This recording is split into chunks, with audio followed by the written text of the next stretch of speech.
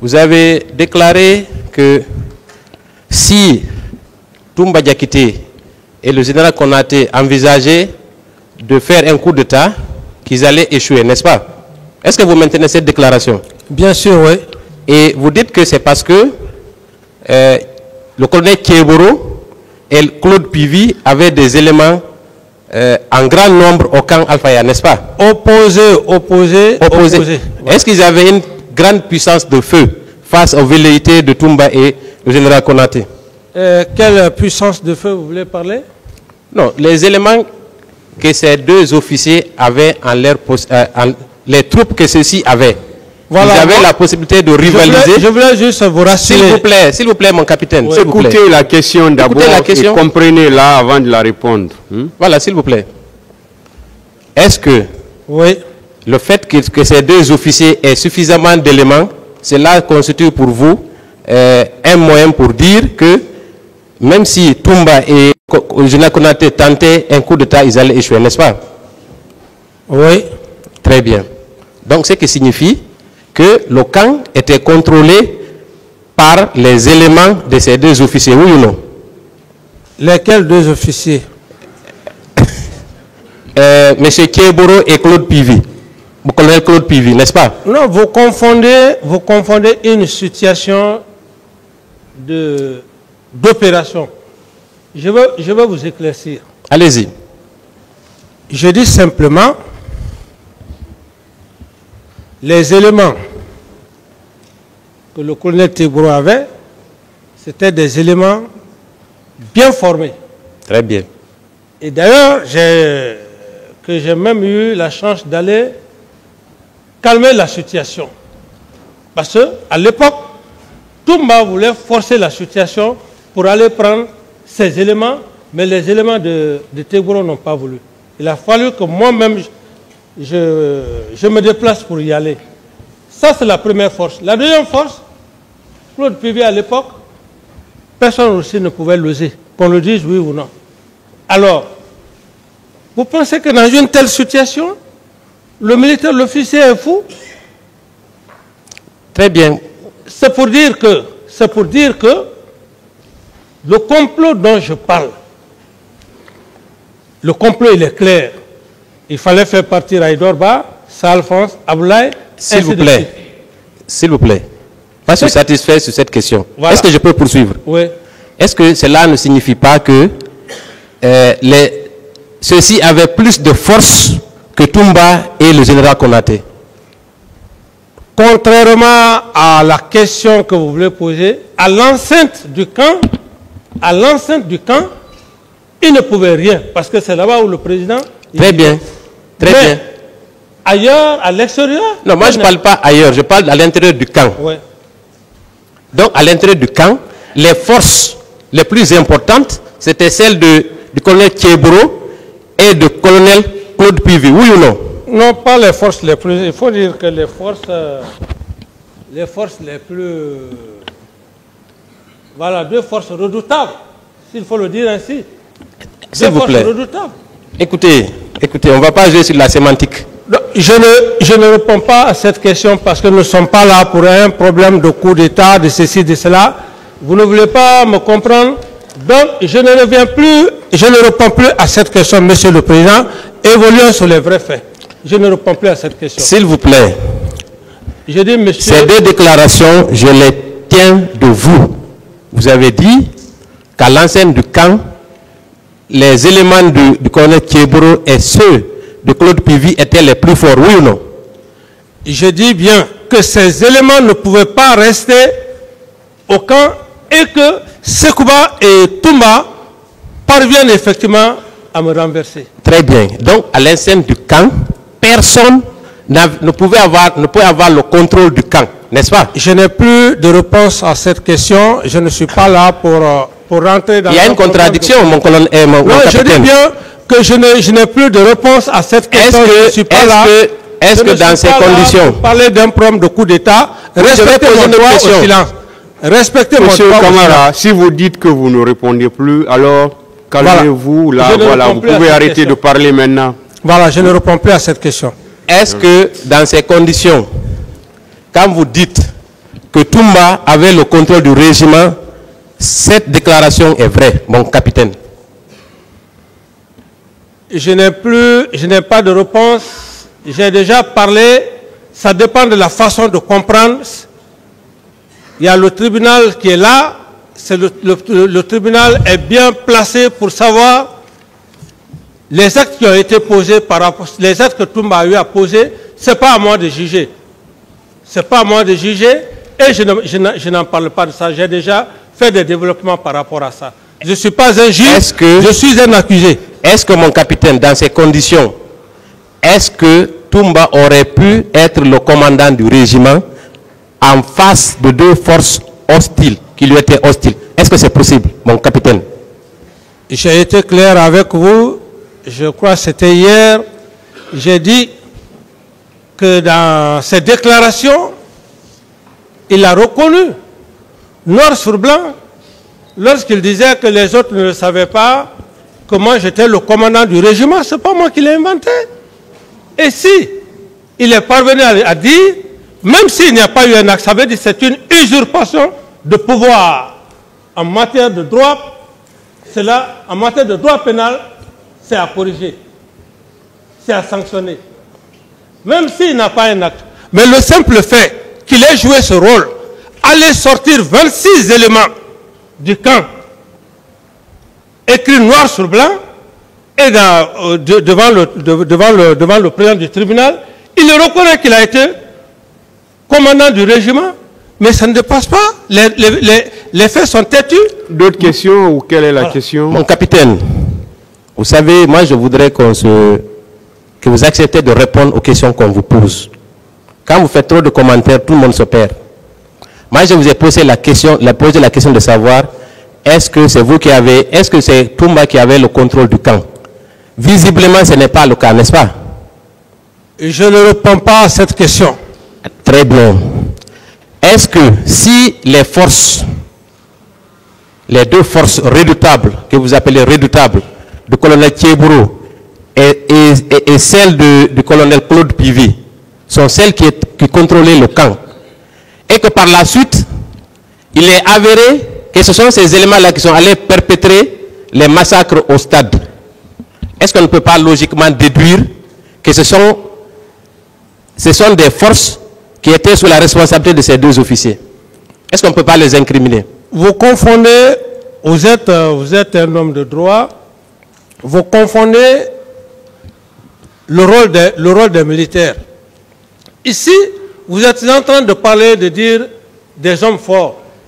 Dans l'armée, il y a ce qu'on appelle force opposée. Une force opposée empêche, même si l'intéressé a une puissance, mais dès lors qu'il y a une force opposée à l'intérieur, deux forces opposées, l'intéressé ne peut pas atteindre ses objectifs. C'est ce que je veux dire.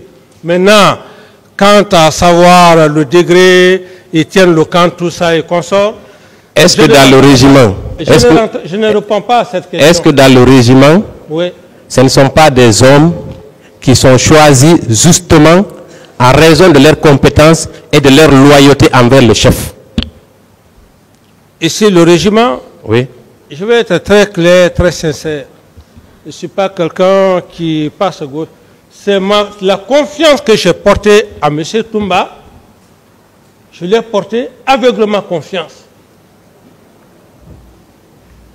Ça, je le reconnais. Je l'ai porté aveuglément confiance. Qui fait que même lorsque ces trois éléments n'exerçaient plus leur fonction, je le voyais exercer comme adresse cette fonction. Mais puisque j'avais confiance en lui, et en matière de pouvoir, c'est la confiance. Est-ce que, au sein du régiment, ce ne sont pas des militaires compétents et qui sont loyaux envers leur chef qui sont recrutés? C'est la question. Parce qu'on ne recrute pas n'importe qui dans un régiment présidentiel, oui ou non? Je ne réponds pas à cette question. Vous ne voulez pas répondre? Oui. Très bien. Dans ce cas, je vais poursuivre. Quand vous étiez aux affaires, mon colonel, vous avez reçu des armes du colonel Kadhafi. Mon capitaine, je suis capitaine et je vais respecter ces grades jusqu'à ma dernière demeure. Très bien. C'est bon, M. Camara, c'est bon. Mon capitaine, rectifié, mon capitaine. Il a rectifié, il a déjà rectifié. mon capitaine. Voilà. Je ne suis pas colonel. Vous savez, je n'ai pas beaucoup de notions militaires, mais quand quelqu'un qui est capitaine, on l'appelle général, c'est une marque de respect, il me semble, n'est-ce pas? Non, dites-moi, capitaine. Posez des questions, mais... Non, monsieur le Président, s'il vous plaît. Ok, merci beaucoup. Dites-moi, est-ce que pendant votre régime, vous n'avez pas reçu d'armes venant de la Libye? Non, je n'ai reçu que des pick-up. Des pick-up? Oui. Quand M. Toumba Diakité était à cette barre, ouais, il a déclaré que les jours qui ont précédé les événements du 28 septembre, un camion a été chargé d'armes qui devaient servir à la répression. Est-ce que vous maintenez, qu'est-ce que vous en dites? Ça n'engage que lui.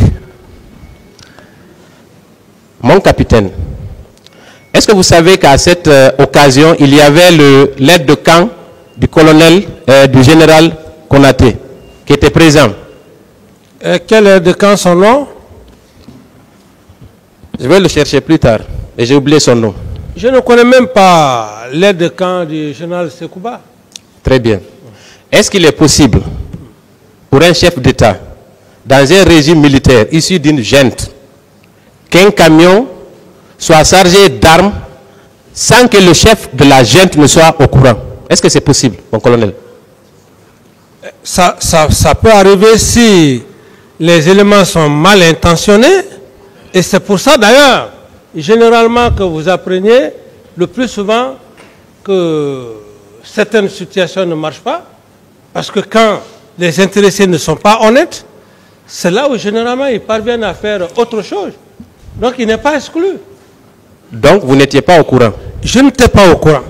Est-ce que vous avez des services de renseignement militaire à l'époque qui étaient à votre service, mon capitaine? Il y avait des services de renseignement militaire? Et pour encore vous rassurer une fois de plus, vous avez entendu M. Toumba ici. Est-ce que vous aviez un service de renseignement militaire?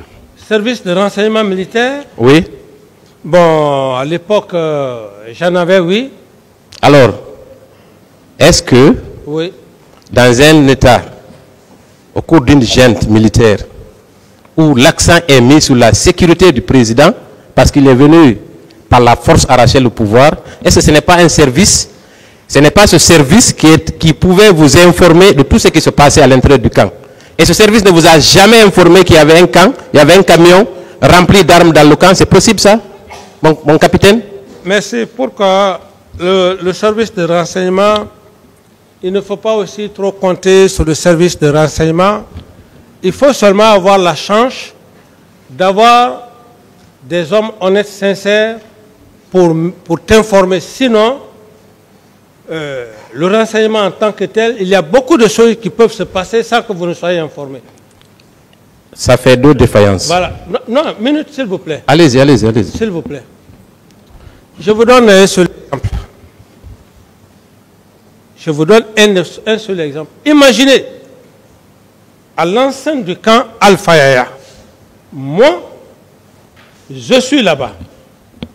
Dès après la prise du pouvoir, qu'on arrête mon ancien qui a fait le court état-major avec moi. Je ne suis pas informé. Imaginez, je ne suis pas informé. Il a fallu, général Mawa,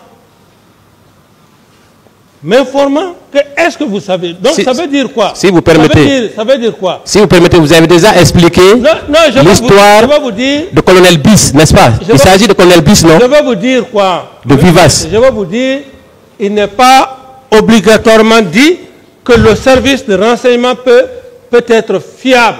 Si vous n'avez pas la chance que vous soyez informé, il peut y avoir beaucoup de choses.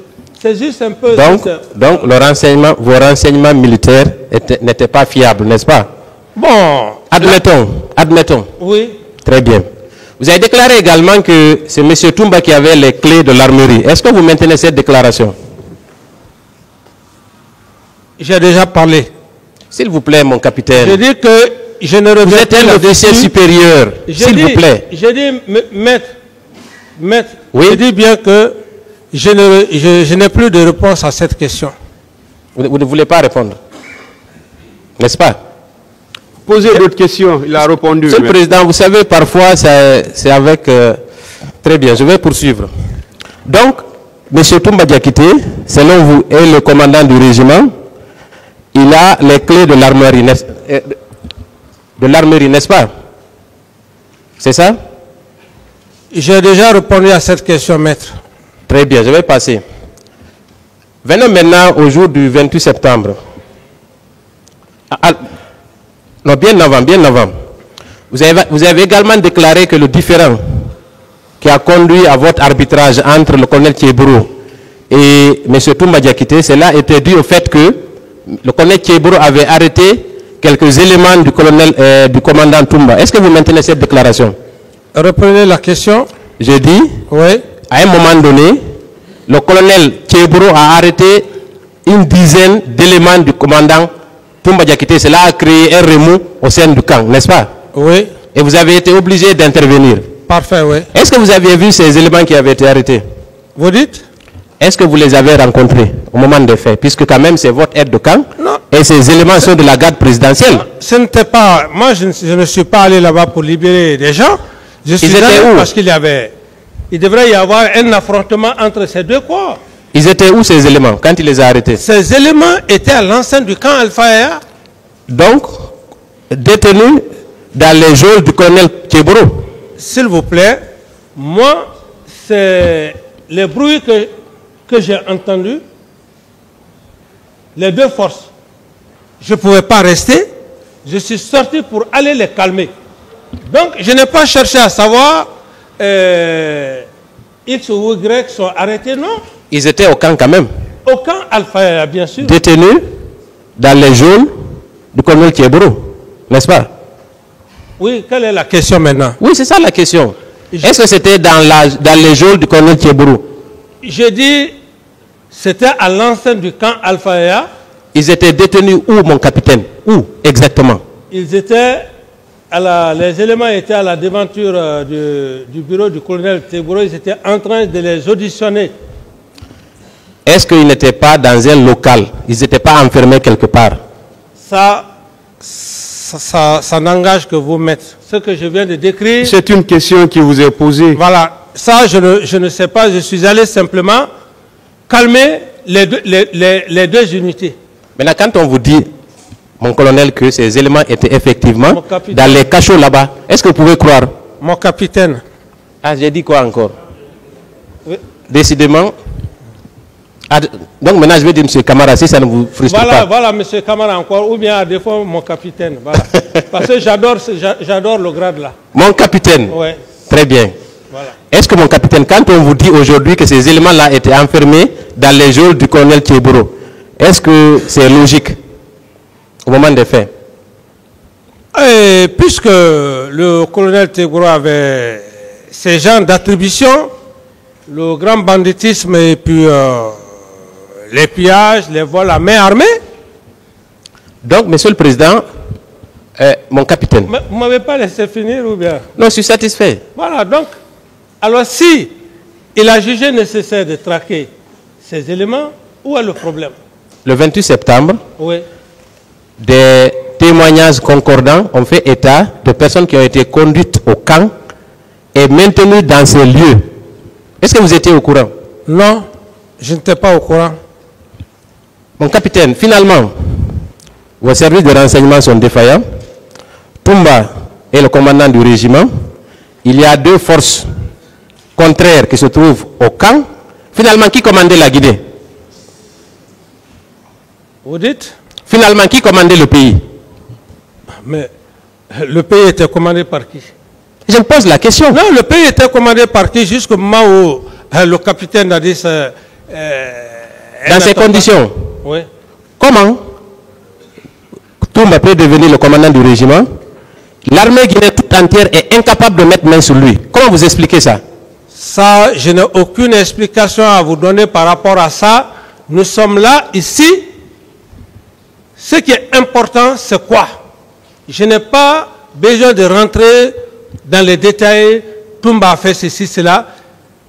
c'est le départ de Toumba au stade, à l'enceinte du stade. C'est ce qui est le plus important. Le reste des détails, je ne m'occupe pas de ça, mais... Est-ce que vous avez donné des instructions pour qu'on arrête Toumba Diakité après les faits? Oui ou non? J'ai été clair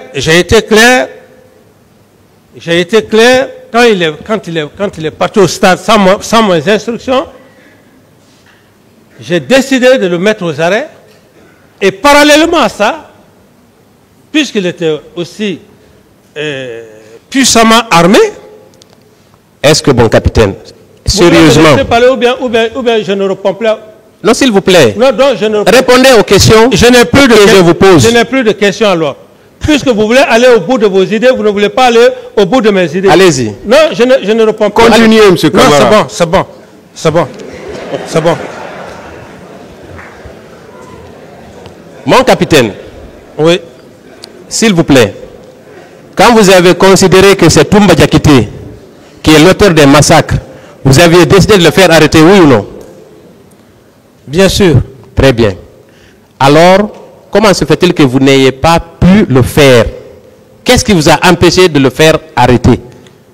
Quelle est la raison? La raison, elle était très claire.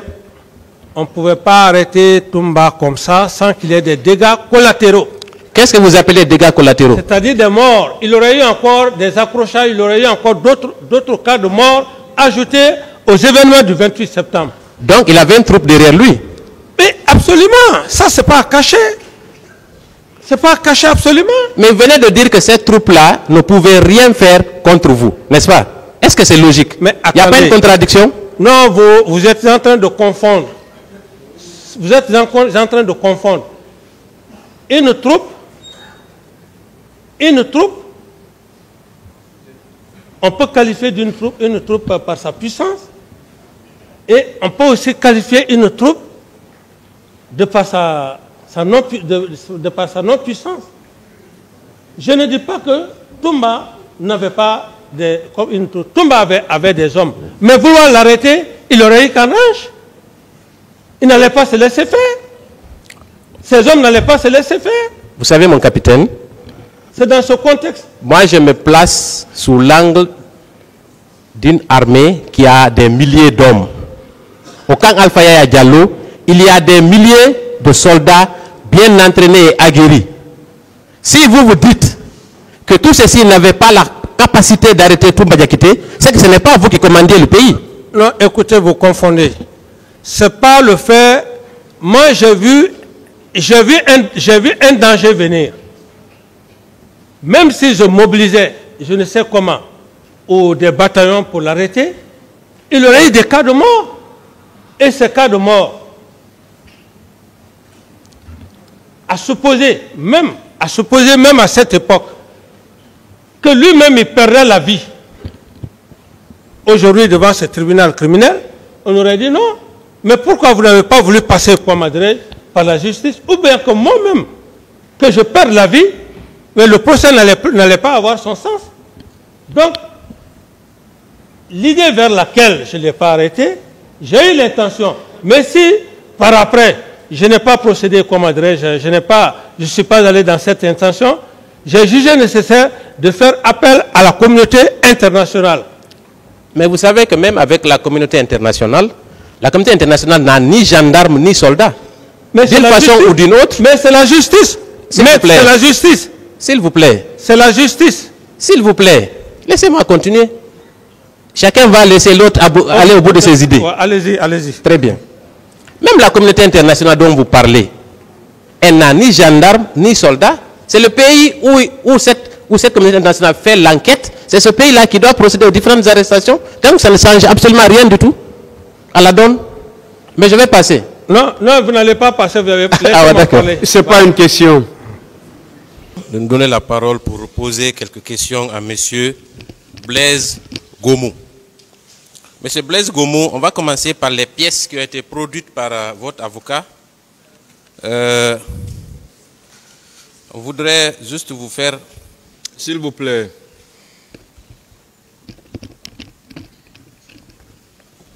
Allez-y, maître. Voilà, merci, Monsieur le Président.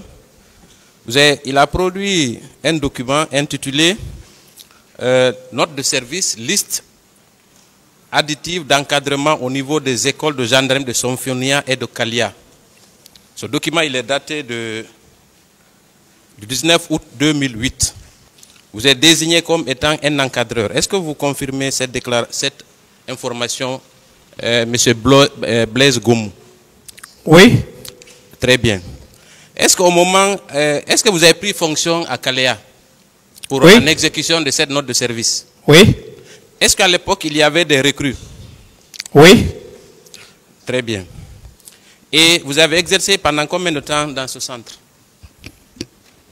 Mois d'août à décembre. À décembre? À décembre.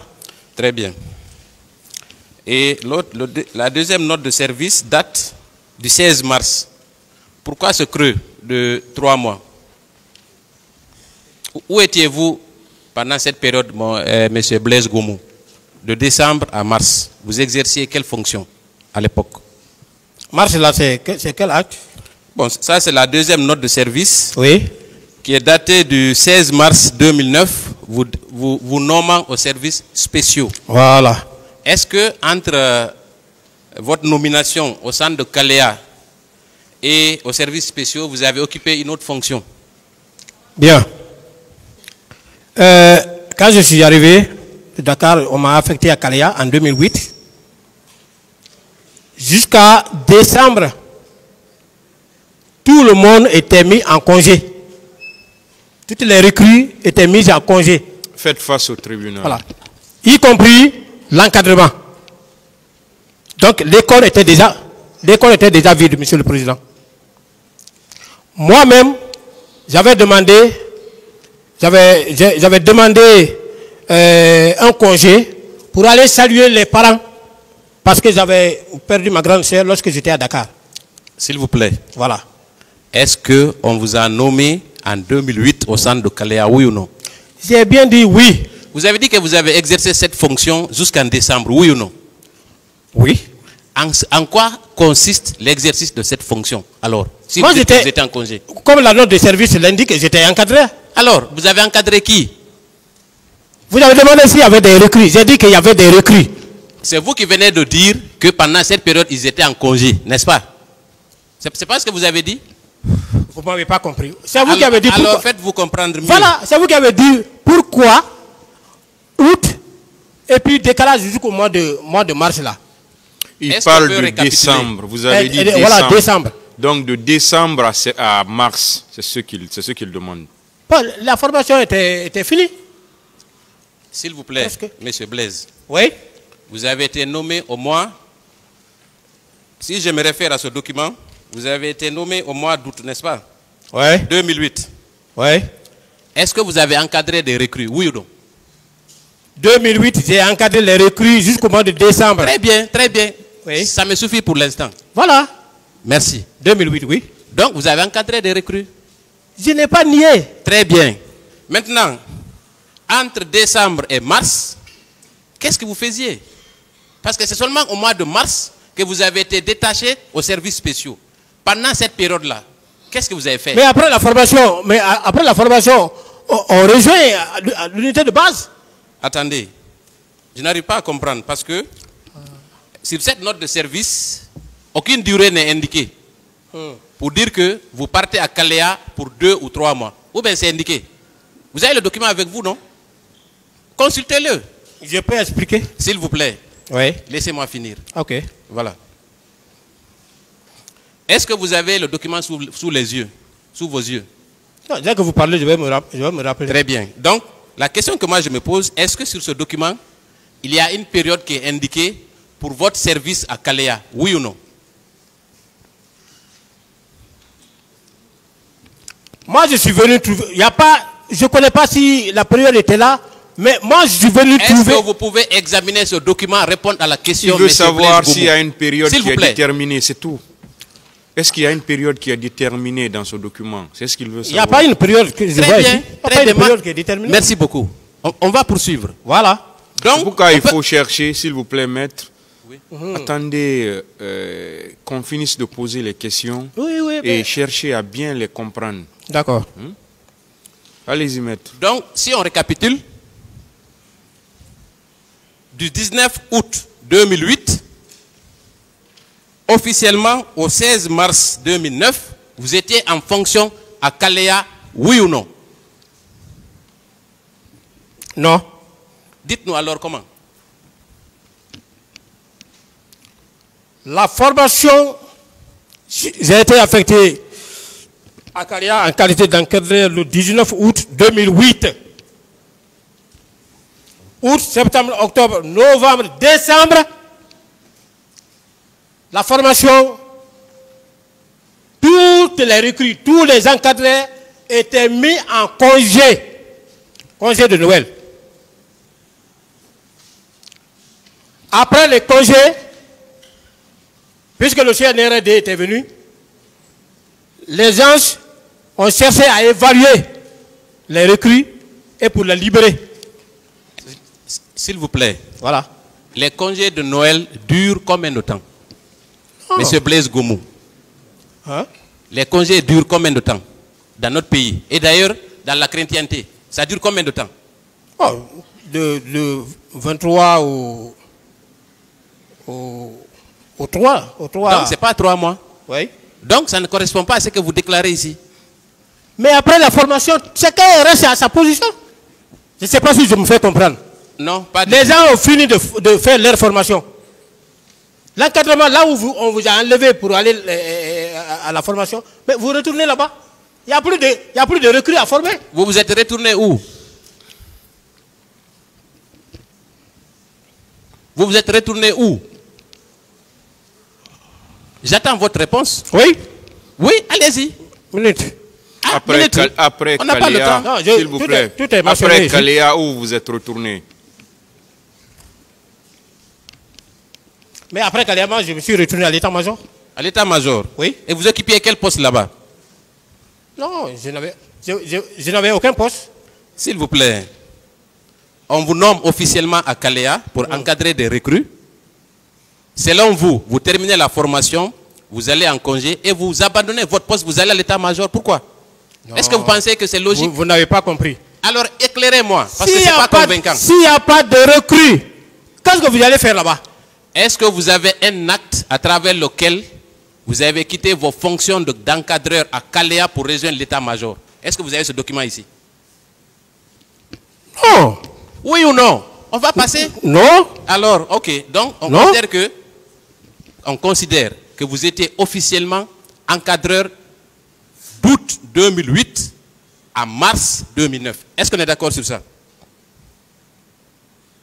Moi, j'étais plus à Kalea. Il n'y avait plus de recrues à Kalea. Je ne pouvais pas continuer à y séjourner là-bas. On va avancer. Votre réponse n'est pas convaincante du tout. Voilà. Et pourtant, je préfère le dire tout de suite. Alors, il a été indiqué que les recrues qui ont été encadrées à Kalea ont causé d'énormes massacres au stade. Est-ce que vous ne vous sentez pas quelque part redevable de ça? Vous faites... bon, Monsieur le Président, les recrues pour lesquelles j'étais à Kalea, c'était les recrues de 2008 à l'actif du feu président général Lassana Conté. Si vous voyez le document, vous comprendrez que le document qui m'envoie là-bas est signé par l'adjoint du chef d'état-major de la gendarmerie nationale. Ça, c'est fini. Ils ont quitté. Le CND est venu. Il a procédé à un recrutement. À l'époque, je ne suis plus là-bas. C'était maintenant, 2009, je n'étais plus là-bas. S'il vous plaît, s'il vous plaît. Donc, je ne peux pas me rendre... Le CNDD est arrivé à quelle période? Le CNDD, il est arrivé à quelle période? En décembre. Alors, donc, en décembre de quelle année? Décembre 2008. Donc, vous étiez toujours au centre là-bas, en tant qu'encadreur, oui ou non? À l'arrivée du CNDD, vous n'étiez pas au centre là-bas? Oui, mais... Alors, c'est ce qui a motivé le départ de ces recrues-là dans les unités.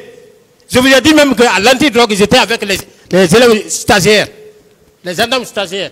Ce sont ces recrues-là qui ont été vidés du centre, qu'on a précipité, qu'on a fait sortir du centre pour les positionner dans les différentes unités. Et certains ont été affectés chez nous. Monsieur Gomu. J'étais plus là-bas. Monsieur Gomu, vous étiez officiellement au centre de Kalea d'août 2008 à mars 2009. Je passe. On va évoluer. Très bien.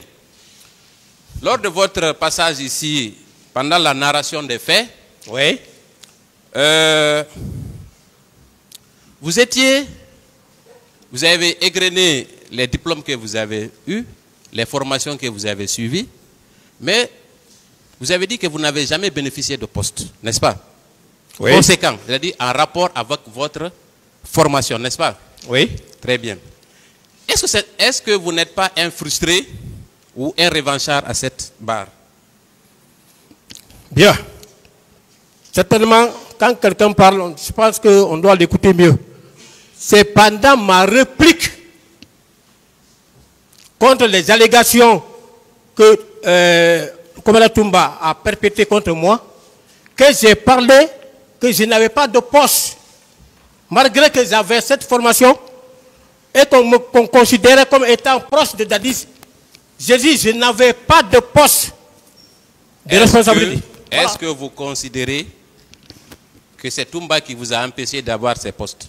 Non, moi, c'est lui qui a dit que moi alors pourquoi vous liez le fait que vous n'avez pas eu de poste à ces explications? Quelle est la raison? La raison, oui, c'est lui qui a dit que j'étais proche de Dadis et que c'est nous qui étions les faiseurs du pouvoir et c'est nous qui avons défait le pouvoir, hein, et qu'à la veille du 27, du 28, que nous qui étions proches, on disposait chacun de pick-up neuf. C'était pour me justifier, pour dire que, d'abord, si vous dites que moi j'étais proche de Dadis, c'est à la maison centrale où j'ai connu, où Dadis m'a connu. D'accord, je vais continuer. Voilà, c'est par rapport à ça. Ok, très bien. C'est lui qui a été le premier. À chaque fois aussi que on parle de votre service, vous aimez dire également, c'est aujourd'hui qui est arrivé. Vous vous adressez à qui, concrètement? Vous vous adressez à qui quand vous dites ça? Quand je dis que c'est aujourd'hui qui est arrivé, c'est à ceux-là qui m'ont envoyé ici pour dire que j'ai posé des actes. Qui vous a envoyé ici? Moi, j'avais l'habitude de faire cette mission. S'il vous plaît. Quand vous dites c'est aujourd'hui qui est arrivé, vous adressez à qui? Moi, je veux savoir à qui vous adressez. C'est au peuple de Guinée ou au procureur? Parce que ce sont les procureurs qui vous ont envoyé ici. Entre les procureurs et le peuple, à qui vous vous adressez? Moi, j'ai dit ça seulement. On ne peut pas dire ça seulement. Pour que les gens puissent reconnaître que je ne mérite pas ce sort-là. Très bien. Donc, vous attendez peut-être à une médaille. Hein? Vous vous attendez peut-être à une médaille pour service rendu. Moi, je fais mon travail, je ne réclame rien. Ah si? Quand vous dites, c'est à chaque fois qu'on critique votre travail, vous dites, c'est aujourd'hui qui est arrivé. Comme si vous étiez un bénévole au service de la nation. Est-ce que vous n'aviez pas un salaire en contrepartie de vos services? Pourquoi tout le temps affirmer et persister? C'est aujourd'hui qui est arrivé à chaque fois qu'on critique votre façon de faire, Monsieur Blaise Gomu. Vous adressez à qui? Maître. Oui? J'adresse ce propos à tout le monde. Ah, donc au peuple de Guinée. Donc vous considérez que le peuple est ingrat à votre égard? Non, pas question, c'est à ce peuple d'apprécier. Très bien. Moi, j'ai toujours mieux fait mon travail. Très bien, mais vous êtes payé aussi pour ça? C'est pourquoi j'ai toujours fait mieux mon travail. Okay. Faites face au très tribunal. Bien. Voilà. Merci. Ensuite, dans la narration des faits, vous avez également dit que le président Dadis est un homme de Dieu. Pourquoi vous dites ça? Moi, j'ai déjà expliqué, je ne peux plus revenir sur ça. Vous savez, vous avez parlé de plusieurs aspects ici. Vous avez parlé de votre parcours. Vous avez parlé des événements du 28 septembre. Vous avez parlé de vos rapports avec Toumba. Et enfin, vous avez parlé de la discussion des faits en lien avec les infractions qui vous ont amené ici. Donc, vous devez logiquement accepter de répondre aux questions qu'on vous pose. Parce que ces questions-là se rapportent aux faits que vous avez décrits à cette barre. Mon colonel. Oui. Vous êtes procureur de surcroît. Posez votre question, s'il vous plaît. Vous savez comment ça fonctionne?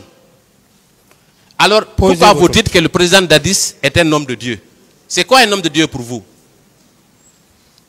Bon, j'ai expliqué militairement, certainement vous n'avez pas compris, je reprends. Et ce que je vais vous dire, si vous demandez ailleurs, on va vous dire que c'est vrai. Si moi je suis président de la République, mon aide de camp qui commande mon salon, en même temps commande la garde présidentielle, c'est un danger pour moi. Mon colonel. C'est un danger. Mon colonel. Vous ne pouvez pas comprendre. Mon colonel. Oui. Vous savez, je ne suis pas militaire ni gendarme. Ah, voilà. Mais nous savons tous comment ces services-là fonctionnent. Nous lisons et nous côtoyons aussi des militaires et des gendarmes. Donc ce n'est pas une raison pour nous donner des explications qui ne tiennent pas la route. Cette affirmation n'a rien à voir avec la gendarmerie ni l'armée. Je vais poursuivre, si vous permettez. Ah, je vous écoute. Espérez-vous un retour de votre mentor au pouvoir pour bénéficier des postes? Vous dites? Est-ce que vous espérez le retour de votre mentor au pouvoir pour espérer des postes après avoir traversé le désert? Je n'en sais rien. Très bien. Est-ce que vous croyez au miracle? Vous dites? Est-ce que vous croyez au miracle? Je ne comprends pas. Le miracle. Le miracle? Oui. Comme tout le monde. Très bien. Parce qu'il semble que le président Dadis espère faire comme Lula da Silva du Brésil. Je passe, c'était juste une information. Très bien. Vous avez indiqué ici que le 28 septembre, vous étiez en patrouille, n'est-ce pas? Affirmatif. Très bien. Que c'était quotidien. Tous les jours, il y avait une patrouille, n'est-ce pas? Affirmatif. Très bien. Alors, quand vous êtes sorti en patrouille, je ne vais pas revenir sur le nombre de personnes qui étaient avec vous, ni leur identité, parce que vous avez refusé de le dire. À quel moment le colonel Thieboro vous a appelé pendant votre patrouille? Pendant la journée, pendant que j'étais déjà à Amdalaï. Est-ce que vous savez que le colonel Thieboro a affirmé à cette barre qu'il est venu par hasard au stade du 28 septembre? Vous le savez? Il m'a appelé. S'il vous plaît, est-ce que vous savez, est-ce que vous vous souvenez, puisque vous étiez là, de la déclaration du colonel Thieboro indiquant qu'il est allé au stade par hasard? Il était de passage. Je ne me souviens pas. Alors je vous apprends. D'accord. Très bien. Donc le colonel Thieboro dit qu'il est allé au stade par hasard. Et vous êtes allé là-bas comment? Par hasard ou sur la sollicitation? J'ai déjà expliqué, je ne peux plus revenir sur ça. Ah, vous voulez vous murer dans le silence, n'est-ce pas? Ça ne vous aidera pas ici. Très bien. Vous venez au stade. On est d'accord que ce n'était pas votre mission de venir au stade, oui ou non? Ou bien c'était dans votre mission? J'ai expliqué largement, je ne peux plus revenir sur ça. Est-ce que vous étiez obligé de venir au stade du 28 septembre au moment des faits? Vous étiez obligé? J'ai expliqué. Est-ce que vous faisiez partie du maintien d'ordre? Non. Ok. Est-ce que vous vous souvenez de la déclaration? Est-ce que vous avez lu le procès verbal d'interrogatoire de Claude Pivy? Non. Alors, dans ce procès verbal d'interrogatoire, il est clairement indiqué que c'est le colonel Thieboro qui était en charge du maintien d'ordre. Qu'en pensez-vous? Non. J'ai toujours dit, hein, même les civils, même les militaires, tout le monde pense que le gendarme, sa mission principale, c'est le maintien d'ordre. Il appartient à nous, techniciens, de vous faire le détail, de vous parler les différentes composantes de la gendarmerie, avec les attributions qui y sied. Est-ce que, avec tout ce qui s'est passé au stade, on ne peut pas confirmer ici qu'effectivement le colonel Thieboro était au stade dans le cadre du maintien d'ordre? Je ne peux pas. Vous ne pouvez pas confirmer? Je ne peux pas confirmer. Très bien. Vous étiez combien de pick-up le 28 septembre dans le cadre de la patrouille? Il y avait combien de pick-up? J'ai dit 3. Donc vous êtes en contradiction avec votre patron. Le colonel Thieboro a dit qu'il y avait 4 pick-up. 2 de l'autoroute, 2 sur l'axe Le Prince. Entre vous deux, qui ne dit pas la vérité? J'ai dit qu'il y avait 3 Et les 3 chefs sont véritablement identifiés dans les PV. Donc celui qui dit qu'il y avait 4 n'a pas dit la vérité. Je n'en sais pas. Très bien, Je n'en sais rien. On va continuer. Au moment des faits, M. Blaise Goumou, vous avez indiqué que votre travail, si on reste dans le cadre de la patrouille avant de venir au stade, que votre travail consistait à protéger les biens des citoyens contre les loupards, n'est-ce pas? Oui. Quand il y a une manifestation. Oui. Les loupards là, est-ce que les forces de défense et de sécurité font partie? En cas de manifestation, les forces de défense et de sécurité ne sont pas admises sur le terrain. Est-ce que les policiers et gendarmes, alors, pour être plus simple, dans le cadre d'un novice comme moi, est-ce que ces policiers et gendarmes indélicats faisaient partie de votre service? C'est-à-dire que, est-ce qu'eux aussi, ils étaient pourchassés et empêchés de piller les boutiques et les magasins par vos services? Mais si même un gendarme ou bien un policier se lance dans cette aventure, si nous le trouvons, nous le prenons. Est-ce que vous pouvez dire que votre service a eu du succès dans ce domaine avec l'OTAN? Voilà. Notre service a eu de véritables succès. Très bien. Dans ce domaine. Beaucoup même. Très bien. Si le temps me permettra, non, je vais expliquer. On ne va pas donner tous les exemples. Moi, je voudrais juste vous faire réagir sur ça. Est-ce que toutes les manifestations politiques se sont soldées par des pillages? Où étaient vos services alors? Si vous avez enregistré des succès, où étaient vos services? Autant du CNDD. Autant du CNDD, oui. Oui. Oui, mais... Le 28 septembre. Oui. Et les jours qui ont suivi, oui. Plusieurs citoyens ont été victimes de pillages. Où étaient vos services?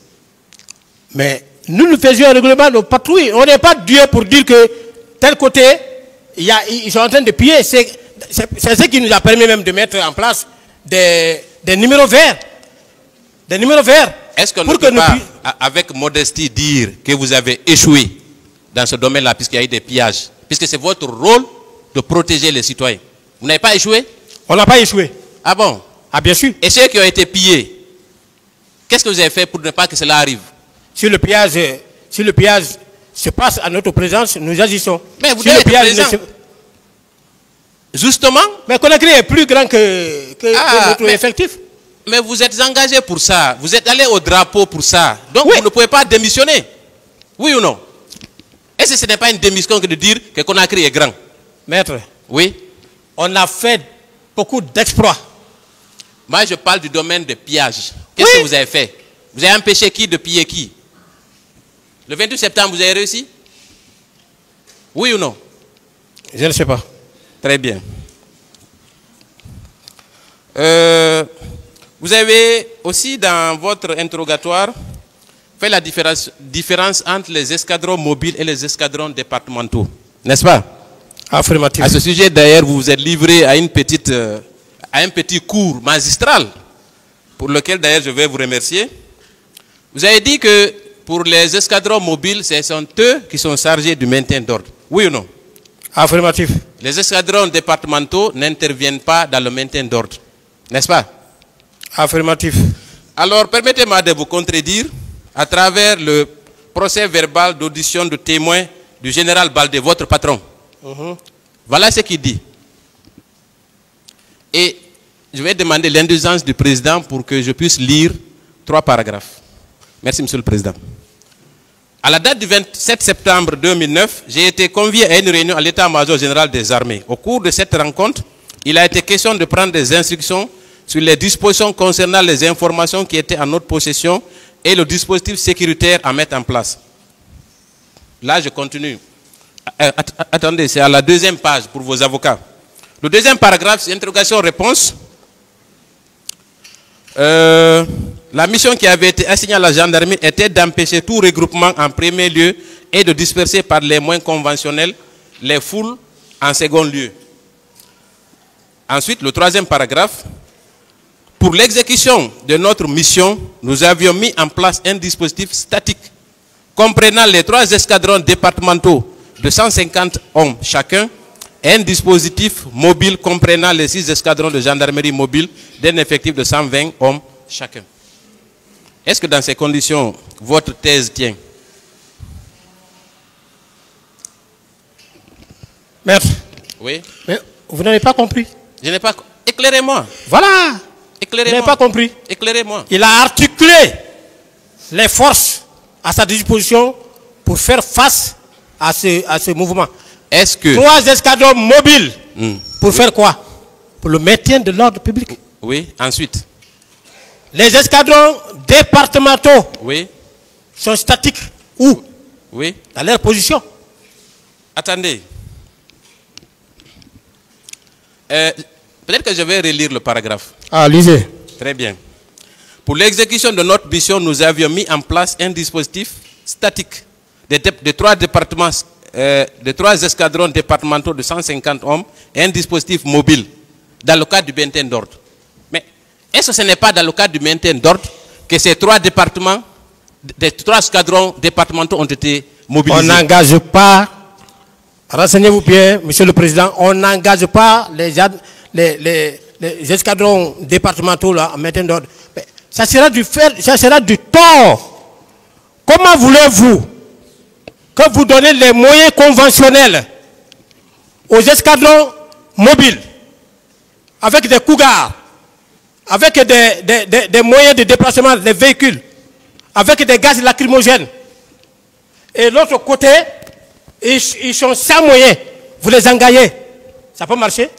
Est-ce que ces 3 escadrons n'ont pas été mobilisés dans le cadre du maintien d'ordre? Oui, ça, vous parlez de le général Badé, s'il a articulé ses forces, il était le chef d'état-major de la gendarmerie nationale. Donc c'est possible. Nous, notre... Non, attendez, on n'est pas arrivé à vous. Moi, je voudrais juste vous dire que dans certaines situations, il est bel et bien possible que les 2 escadrons collaborent dans le cadre du maintien d'ordre. C'était ça l'objectif de ma lecture. Et ça, vous ne pouvez pas le contester, même si vous êtes gendarme dans l'âme. Merci. Maintenant, on va venir à vos services, les services spéciaux. Ouais. Est-ce que vos éléments faisaient partie, ont été mobilisés dans le cadre du maintien d'ordre? Nous faisions notre mission quotidienne. Donc c'est non. Nous faisions notre mission quotidienne. Monsieur le Président, je voudrais peut-être que vous m'aidiez, puisque peut-être qu'il n'a pas compris la question. Est-ce que vos services faisaient partie du maintien d'ordre? J'ai répondu à maintes reprises, j'ai dit non. Répondez encore, s'il vous plaît. Non. Merci beaucoup. Et alors, comment vos services se sont retrouvés au stade? Je n'ai plus de réponse. Et pour quel motif? Je n'ai plus de réponse. Très bien. J'en ai parlé. Il faut distribuer. Non, c'est pas ça. Monsieur le Président, nous avons quelques pièces à produire.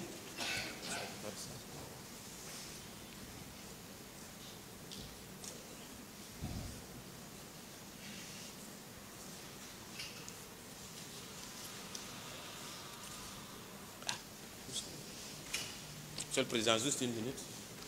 Nous nous excusons pour ce petit retard. Voilà. Il faut distribuer, je laisse une copie ici. Nous avons une photo qu'on va vous communiquer afin que on puisse commenter ensemble, si vous permettez.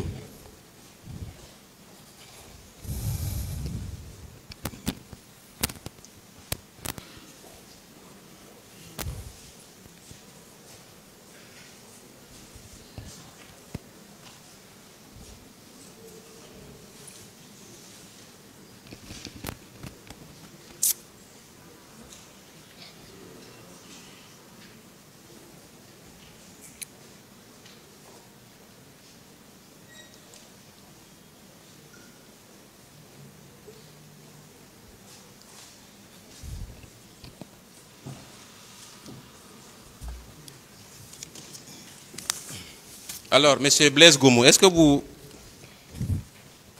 voyez la photo? Oui. Qu'est-ce que vous voyez sur la photo? Je vois les les éléments des services spéciaux qui interpellent un citoyen ici. Est-ce qu'ils sont nombreux sur la photo ou ils sont pas nombreux? Ils sont nombreux. Je vois. Oui. Est-ce qu'on peut les compter? Il y a 1, 2, 3, 4, 5, 6, 7, 8, 9, 10, 11, 12, 13 éléments sur cette photo. N'est-ce pas? Très bien. Et l'action qui est en train d'être exercée sur ce citoyen ne constitue pas une interpellation? J'ai bien dit que c'était S'il vous plaît, répondez. C'est une interpellation. Très bien. Cette interpellation a eu lieu dans quel cadre? À votre avis, en voyant la photo, c'est dans quel cadre? Je ne sais pas.